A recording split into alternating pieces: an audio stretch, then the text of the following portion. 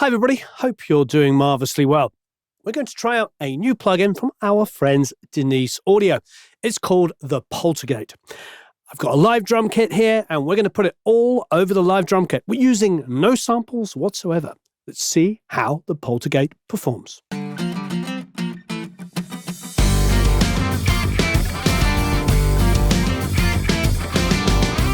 So I hope you're doing marvellously well. Of course, our good friends at Denise Audio have given us 3 copies to give away, so you can enter to win one of 3 copies. Okay, I'm excited. I'm going to play all of the drums together.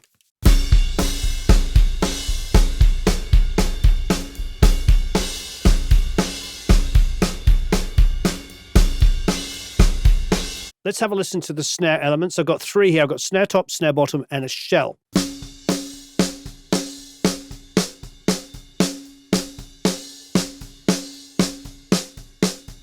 And here it is. And first of all, it's sizable. Okay, resizable is a big deal, especially when you're trying to demonstrate a plugin. Okay, so here's the default setting, the gate itself. I've got an input control and a threshold here. It's printed pretty hot, so I don't think I'm going to need to reach for the input. Let's have a quick listen. Now you see the threshold here. As I bring it down, I think I can also grab it here. Yep. So you can grab it with a mouse there, or you can use the threshold control here.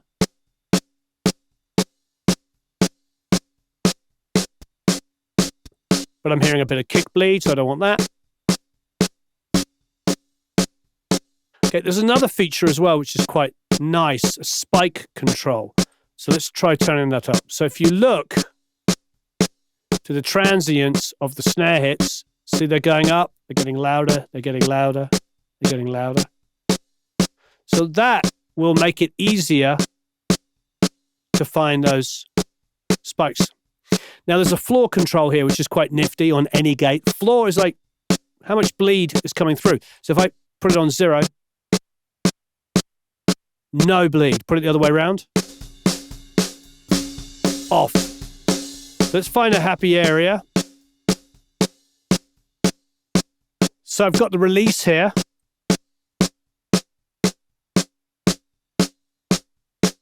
I'm increasing it. Now, this is a nice function. If I click on this, it will actually time to the tempo of the song.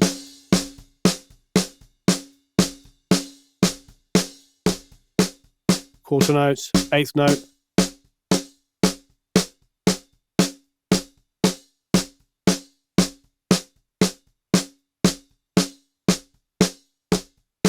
Now there's some fast kick drums, but you can hear in there, so I'm actually going to take it off the tempo.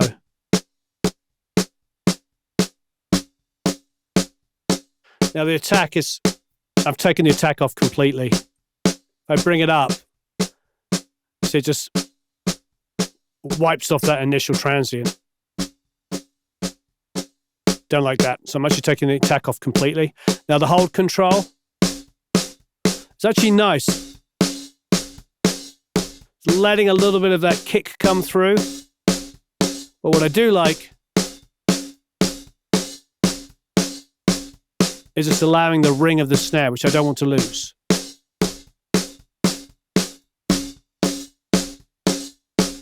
Look ahead control.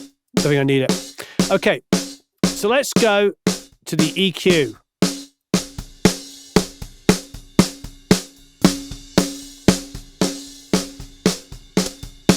Oh wow, so when I hit the headphones here, before I go to the EQ, I can hear that spike exaggerated. That's almost a plug-in on its own. So let's play with the EQ. Turn it on. You see the bands here. Just going to click on one of the bands.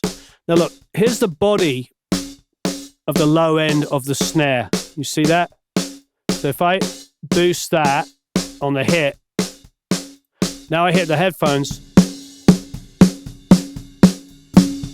Really good for picking up the actual ring of the... So what I'll do is I'll actually shape it.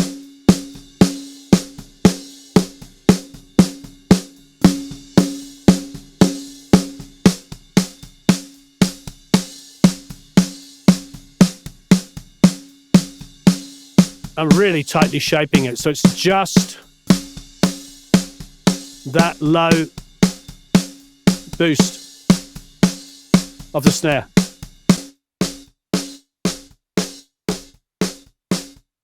Bypass it. So it's doing a good job, but I still hear the cymbals bleeding into the snare. So let's go over to the debleeder. Let's go to the low pass function.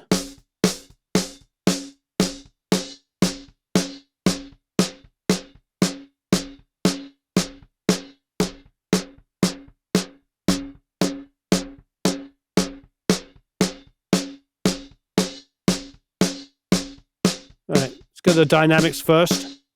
So I tried with the debleeder, but now what I'm going to do is I'm going to go to the dynamics. This is a nice function, I'm sure. Punch. Huge.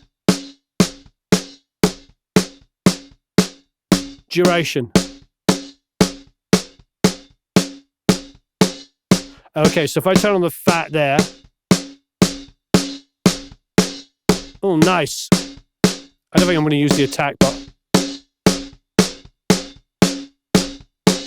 punch is doing everything I need. Duration.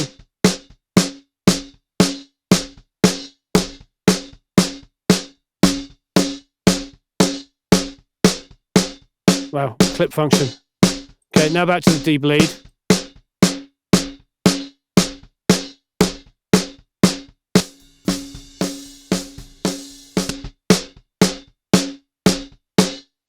Okay. Go back to dynamics. Actually, now I'm back on here. Let's go for the release.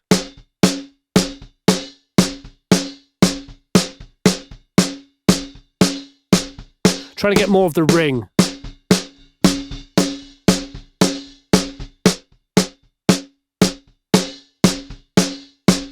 Bypass.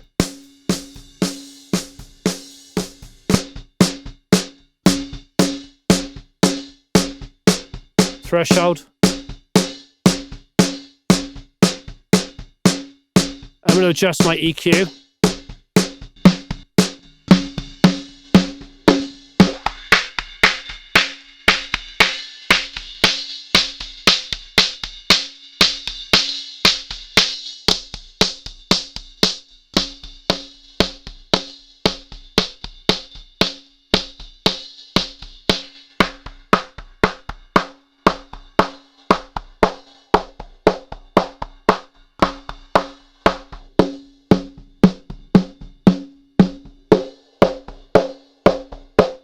Okay, that's ugly, but might be more snare than kick.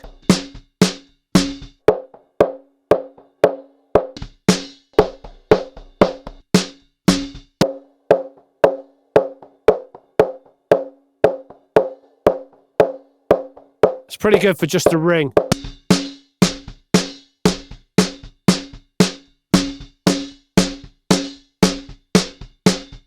Bring that floor down. Debleed. Bypass it. Ah, huge difference. So bypassed, put it on. Win, victory. Off.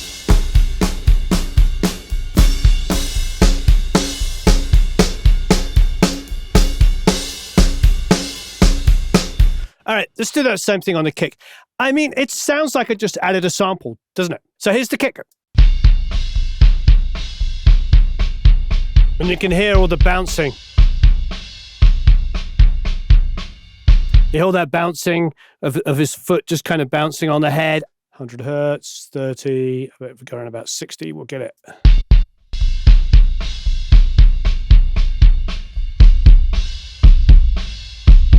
The only problem is that kind of rumble I don't want, so I'm gonna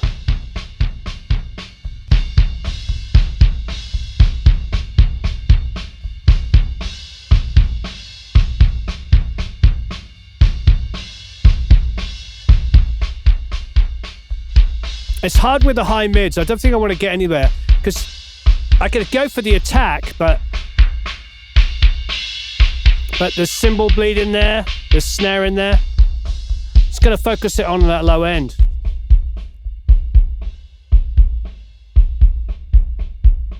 So we're making it all about that low end. Okay, take out the headphone. So let's go and grab the threshold.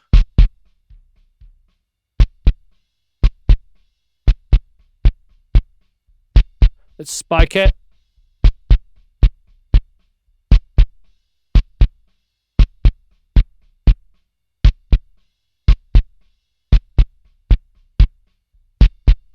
So now I've exaggerated the transients.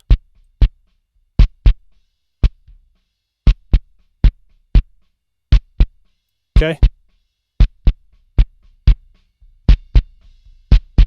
Nope. I don't want the floor up.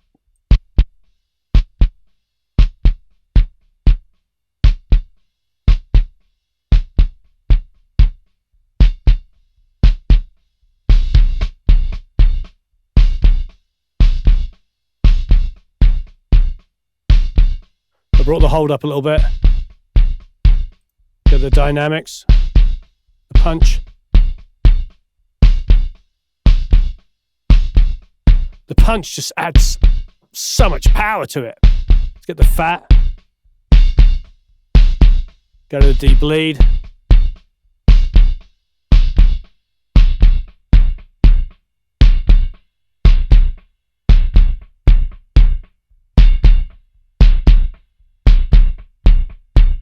Before.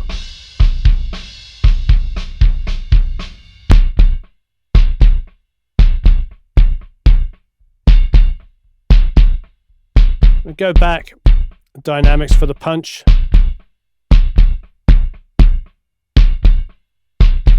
The fat. I'm increasing the release time here.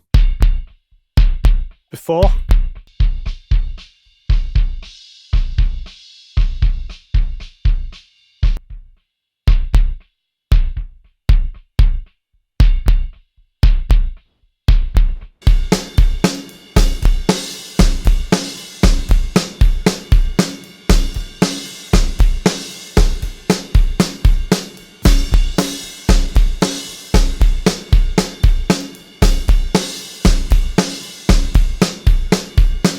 As you bring the threshold down.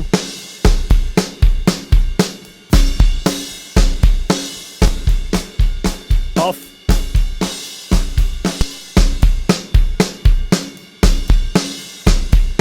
Again, it's doing a similar kind of thing. It's making me feel like I've put a kick sample in there, but I haven't. All right, let's go to a section with some toms and try it on some toms. Oh, here's a ridiculous section.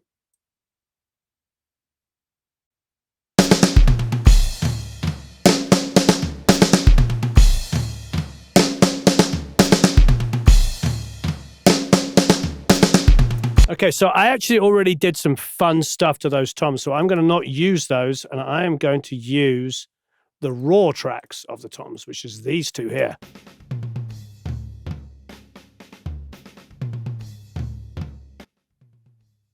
Spike it.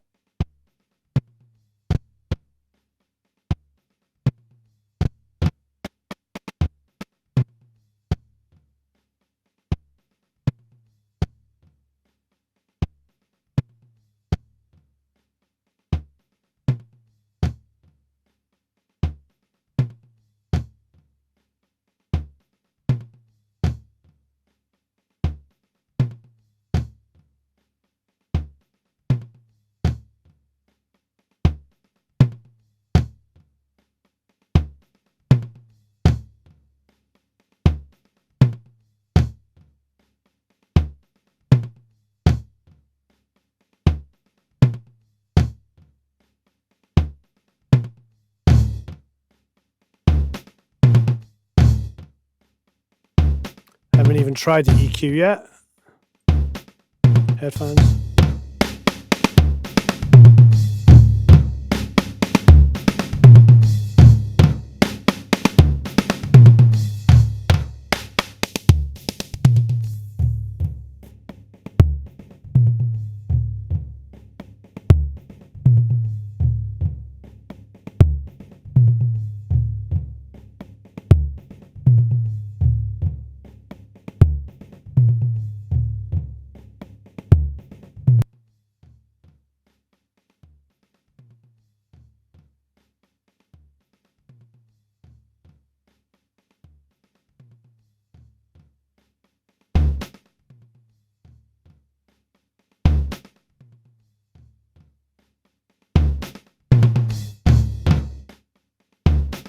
Okay. D-bleed.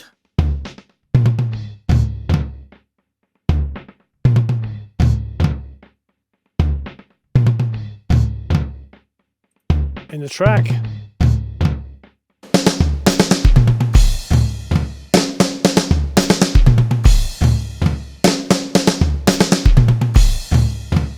Get those toms out of the way.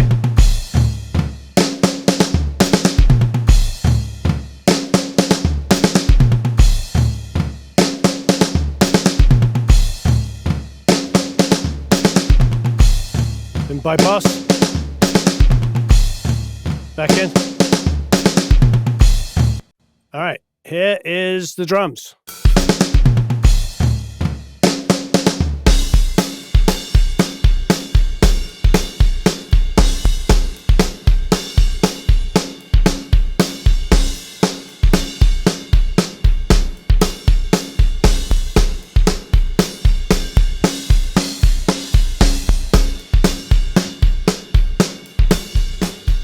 There's the drums without the Poltergate. So what it's allowing us to do is obviously, number one, gate the drum source. You can get creative on it. You can find the fundamental frequency that's going to trigger the gate. And then you can shape the transient using the punch and the fatness. So you can shape that transient as well. So it's a smart gate. It's a very smart gate. Number one, I think the EQ is huge because the EQ means you can go along and find the fundamental of just that drum. Like on the tom, about 100 hertz, both the floor and the rack had a on of 100 hertz. So I boosted that up and made it much easier to find.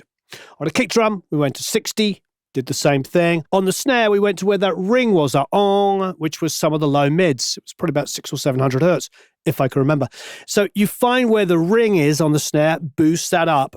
Now, the spike is a really nice idea because it exaggerates the transients, meaning it's a lot easier to find the transients.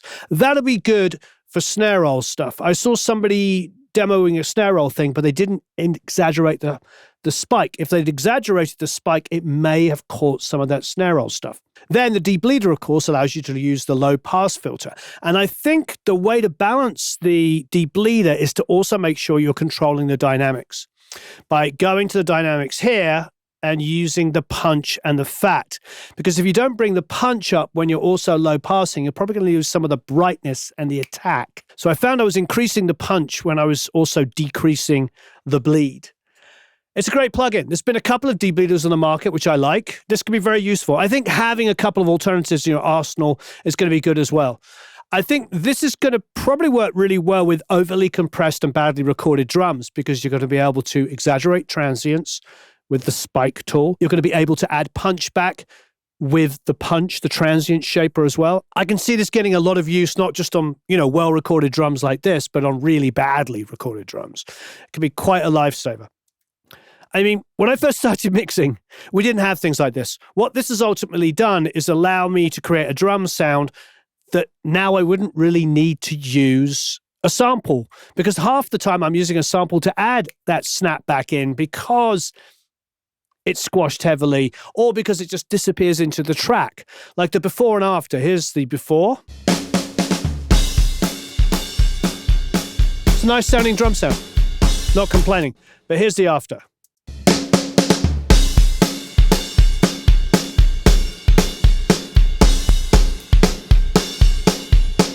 Obviously, it's increased with the punch, it's increased the volume of the kick and snare. No two ways about it. But also, it's increased the clarity. If I was to bring the kick and snare up like 3 dB to match that, all that's going to happen is all the bleed's going to come up as well. So what do you normally do? You normally you put a transient designer on there, sure, but you also stick a sample in there so you can get into shaping it between the sample and the live snare. This is going to make a lot of people very happy that categorically hate using samples. So, great tool.